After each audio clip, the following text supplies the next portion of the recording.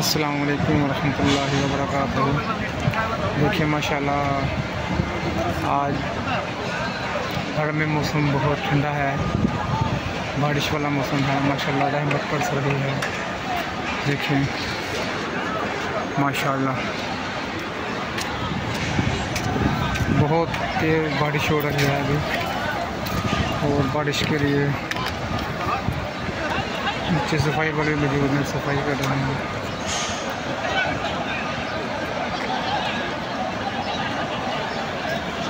देखिए माशाल्लाह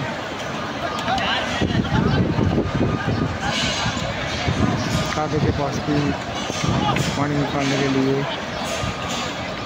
सफाई वाले मौजूद हैं। माशाल्लाह लोग फिर भी तवाफ कर रहे हैं बारिश में अल्हम्दुलिल्लाह।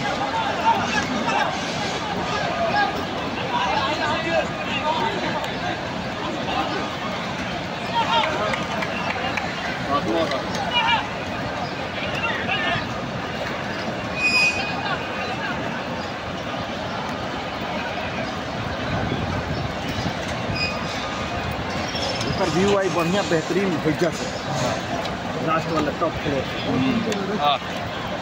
वहाँ से आएगा जब सलाउद्दीन बनाया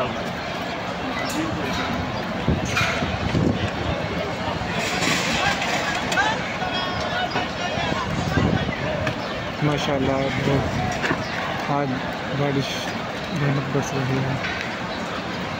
माशाल्लाह बहुत ही खूबसूरत है।